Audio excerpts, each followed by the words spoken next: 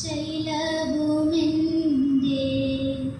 സംഗീതവും കൂട്ടറിയുമെന്റെ പാറയുമേ. ശൈലഭൂമിന്റെ സംഗീതവും കൂട്ടറിയുമെന്റെ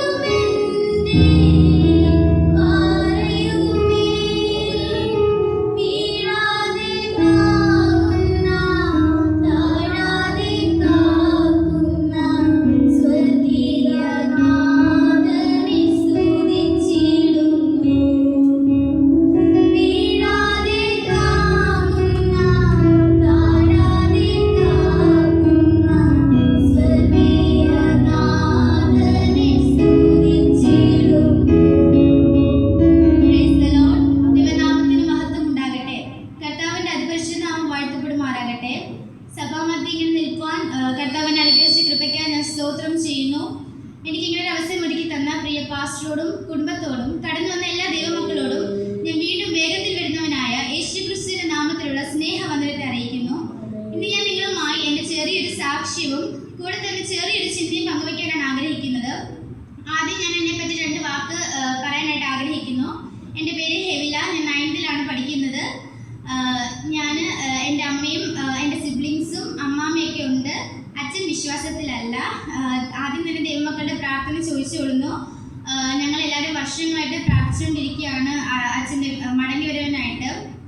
പിന്നെ ഞാനിങ്ങനെ നിങ്ങളുടെ മുൻപിൽ നിൽക്കുന്നതിൻ്റെ പ്രധാന കാരണം ദൈവമാണ്. എൻ്റെ കർത്താവ് കാരണമാണ് ഞാനിങ്ങനെ നിൽക്കുന്നത്. വർഷങ്ങൾ കൊണ്ട് ഞാനൊരു ആസ്മ പേഷ്യൻ്റ് ആയിരുന്നു. 8 വർഷത്തിന് മുകളിൽ ഞാൻ സ്റ്റിറോയിഡിൻ്റെ മെഡിസിൻ എടുത്തിട്ടുണ്ട്. സാധാരണ സ്റ്റിറോയിഡ് എടുക്കുന്ന ഒരാൾക്ക് പല രോഗങ്ങളും വന്നേക്കാം. പക്ഷേ ദൈവം എനിക്കതൊന്നും വരാൻ ഇടവരുത്തിയില്ല. ദൈവം എന്നെ കാത്തു. അതിനിടയ്ക്ക് എനിക്ക് ടോൺസിലൈറ്റിസ് വന്നിട്ടുണ്ടായിരുന്നു. പിന്നെ എൻ്റെ ലെങ്സിന് ഇത്രയും സ്റ്റിറോയിഡ് എടുത്തോണ്ടാവാം ഇത്രയും വർഷങ്ങൾ ആസ്മ പ്രോബ്ലം ഉള്ളതുകൊണ്ടായിരിക്കാം 60 വയസ്സ് പ്രായം ഉള്ളവരുടെ ഒരു ലെങ്സ് കണക്കായിരുന്നു എൻ്റെ ലെങ്സ് കാണപ്പെട്ടിരുന്നത്. ഇത് എനിക്ക് 12 വയസ്സുള്ളപ്പോഴാണ്. അന്ന് എനിക്ക് 8 ഡോക്ടേഴ്സ് സർജറി പറഞ്ഞതായിരുന്നു.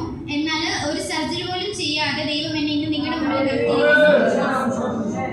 സ്കാൻ ചെയ്തപ്പോഴൊക്കെ ഡോക്ടേഴ്സ് പറഞ്ഞാണിത് നടക്കത്തില്ല എന്നൊക്കെ. പക്ഷേ പിന്നീട് അടുത്ത സ്കാനിൽ തന്നെ ഡോക്ടർ പറഞ്ഞു ഇത് നോർമലാണ്, എങ്ങനെ സംഭവിച്ചെന്ന് അറിയത്തില്ല എന്നൊക്കെ.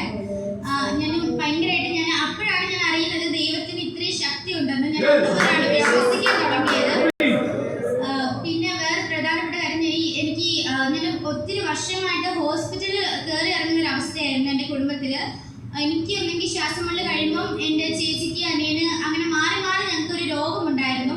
ഞങ്ങളുടെ വീട്ടിലുള്ള എല്ലാവർക്കും ശ്വാസം മുട്ടലായിരുന്നു. മെയിനായിട്ട് എനിക്കായിരുന്നു ആസ്മ പ്രോബ്ലം. അങ്ങനെ ഒത്തിരി നാൾ ഞാൻ ഹോസ്പിറ്റലിൽ കിടന്നു.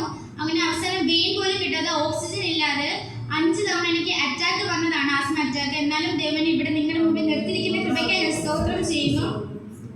ഇന്ന് ഞാൻ നിങ്ങളുമായി പങ്കുവയ്ക്കാൻ ആഗ്രഹിക്കുന്നത് കൂട്ടായ്മ എന്ന വിഷയത്തെ ആസ്പദമാക്കിയാണ്. അതിനാൽ നമുക്കൊരു വാക്യം ഞാൻ വായിക്കാം. 1 കൊരിന്ത്യർ 3-ാം അധ്യായം അതിൻ്റെ 9-ാം വാക്യം ഞാൻ വായിക്കാം. 1 കൊരിന്ത്യർ 3-ാം അധ്യായം അതിൻ്റെ 9-ാം വാക്യം. ഞങ്ങൾ ദൈവത്തിൻ്റെ കൂട്ടുവേലക്കാർ, നിങ്ങൾ ദൈവത്തിൻ്റെ കൃഷി, ദൈവത്തിൻ്റെ ഗൃഹനിർമ്മാണം. ആമേൻ. ഈ വാക്യം നമുക്ക് എല്ലാവർക്കും അറിയാവുന്ന ഒരു വാക്യമാണ്. ഈ വാക്യത്തിന്റെ പശ്ചാത്തലം എന്തെന്നാൽ ഇത് നമ്മെ ചൂണ്ടിക്കാണിക്കുന്നത് പങ്കാളികളായ നാം ദൈവത്തിന് വേണ്ടി ഒരുമിച്ച് പ്രവർത്തിക്കണം എന്നുള്ളതാണ്. നാം എല്ലാവരും ഒരേ ലക്ഷ്യത്തിനായി ഒരുമിച്ച് പ്രവർത്തിക്കണം. ഹല്ലേലൂയ. കൂട്ടായ്മയിലൂടെ നാം പങ്കാളിത്തം പങ്കിടണം എന്നുള്ളതാണ്. കൂട്ടായ്മ എന്ന് പറഞ്ഞാൽ നാം മനസ്സിലാക്കേണ്ട കാര്യം എന്ന് പറഞ്ഞാൽ 10-15 പേരോ അല്ലെങ്കിൽ 30-40 പേരോ കടന്നു വന്ന് ആലയത്തിൽ ഇരിക്കുന്നതോ കൈയടിക്കുന്നതോ അല്ല കൂട്ടായ്മ. മറിച്ച് അനേകര് വന്നാലും ഇച്ചിരി പേരുണ്ടെങ്കിൽ 2-3 പേരെ ഉള്ളെങ്കിലും അവർ ദൈവത്തോട് മനം ഒരുമിച്ചിരുന്ന് ബന്ധപ്പെട്ടിരിക്കുന്നതാണ് കൂട്ടായ്മ. നമ്മുടെ വീടുകളിലും കൂട്ടായ്മ കാണപ്പെടേണ്ടതാണ്. കുടുംബ പ്രാർത്ഥന ഒരു കൂട്ടായ്മയാണ്. ഹല്ലേലൂയ. 2 പേര് കൂടി വരുന്ന ഏതൊരു സ്ഥലവും കൂട്ടായ്മയാണ്. കൂട്ടായ്മ ആചരിക്കുക എന്നൊക്കെ നമ്മൾ കേട്ടിട്ടുണ്ട്. ഈ കൂട്ടായ്മ ആചരിക്കുക എന്ന് പറയുമ്പോൾ അതിന് ആദ്യം വേണ്ടത് പരസ്പര സ്നേഹമാണ്. പരസ്പര സ്നേഹവും മനപ്പൊരുത്തമുള്ളവർക്ക് മാത്രമേ കൂട്ടായ്മ ആചരിക്കാൻ കഴിയുകയുള്ളൂ. നമ്മുടെ വീടുകളിൽ ഇക്കാലത്ത് മിക്ക വീടുകളിലും കുറവാണ് കുടുംബ പ്രാർത്ഥന. ഞങ്ങളുടെ വീട്ടിലും പലപ്പോഴും അത് നടക്കാറില്ല.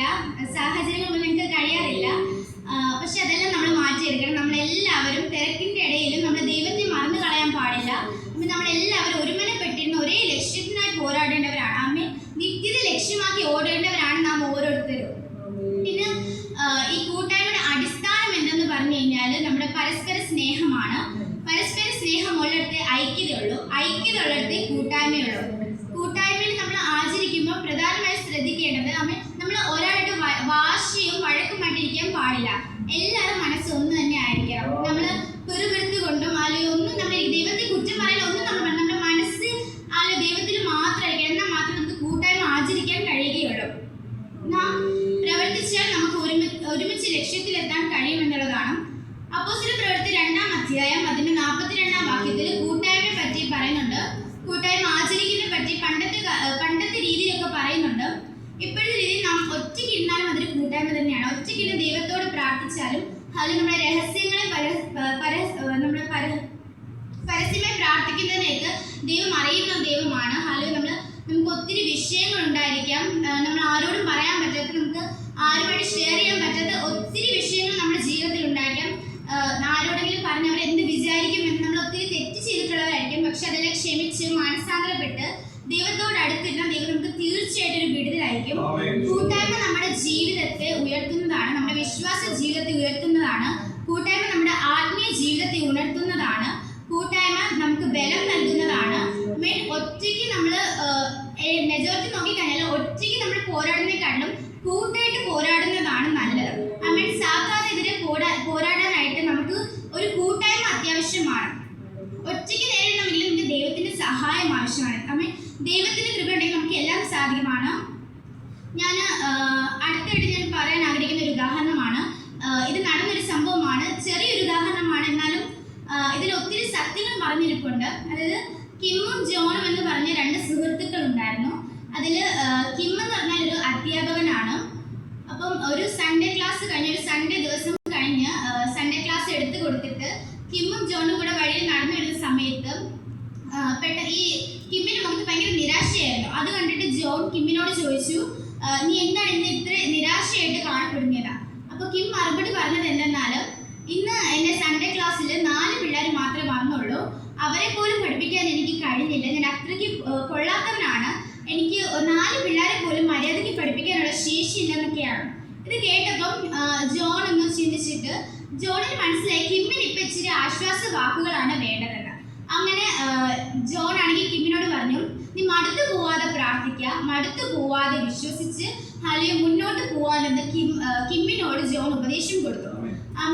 കിമ്മിന് ജോണിന്റെ ഉപദേശവും ആ ഒരു ആശ്വാസ വാക്കൊക്കെ കേട്ടപ്പോൾ ഭയങ്കര സന്തോഷമായി. കാരണം ഇന്ന് വരെ ഒരാളുടെ അടുത്തേന്നും ഇതുപോലൊന്നും നമുക്ക് കേൾക്കാനായിട്ട് വന്നില്ലെന്നിരിക്കാം. അങ്ങനെ ജോൺ ഇങ്ങനെയൊക്കെ പറഞ്ഞു.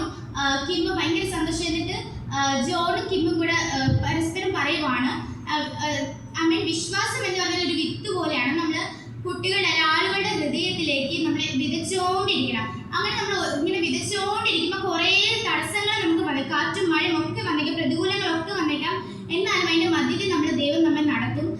നമ്മൾ പരിശ്രമിച്ചു കൊണ്ടിരുന്നാൽ നമുക്കൊരു കൊയ്ത്ത് ദൈവം തരും. അങ്ങനെ ഇത് നടന്നൊരു സംഭവമാണ്. ഇത് ചെറിയൊരു കാര്യമാണെങ്കിലും വലിയൊരു കാര്യമാണ്. അതായത് ജോണിന് അപ്പം തോന്നിയത് എന്തെന്നാൽ അദ്ദേഹം ഇങ്ങനെ എഴുതാൻ ഇടയായിട്ടുണ്ടായിരുന്നു.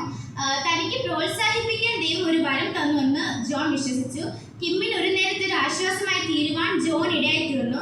ജോണിലൂടെ ദൈവം പ്രവർത്തിച്ചു എന്ന് ജോൺ വിശ്വസിച്ചു.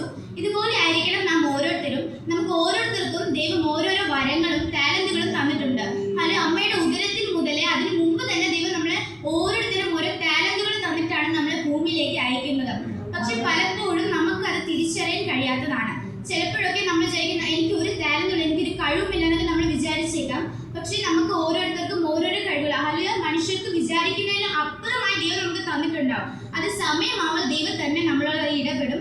മനുഷ്യരിലൂടെയും ആൾക്കാരിലൂടെയും ദൈവം നമുക്ക് അതിനായി നമ്മുടെ ടാലന്റുകൾ നമുക്ക് കാണിച്ചു കൊടുക്കാനായിട്ട് ഓരോരോ അവസരങ്ങൾ ദൈവം നമുക്ക് തരും. നാം ഓരോരുത്തരും കൂട്ടായ്മ ആചരിച്ചും പരസ്പരം സ്നേഹിച്ചും മുൻപോട്ട് പോകട്ടെ എന്ന് ആശംസിച്ചുകൊണ്ട് ഞാൻ നിർത്തുന്നു. ഇത്രയും നേരം എന്നെ കേട്ട എല്ലാവർക്കും നന്ദി. God bless you.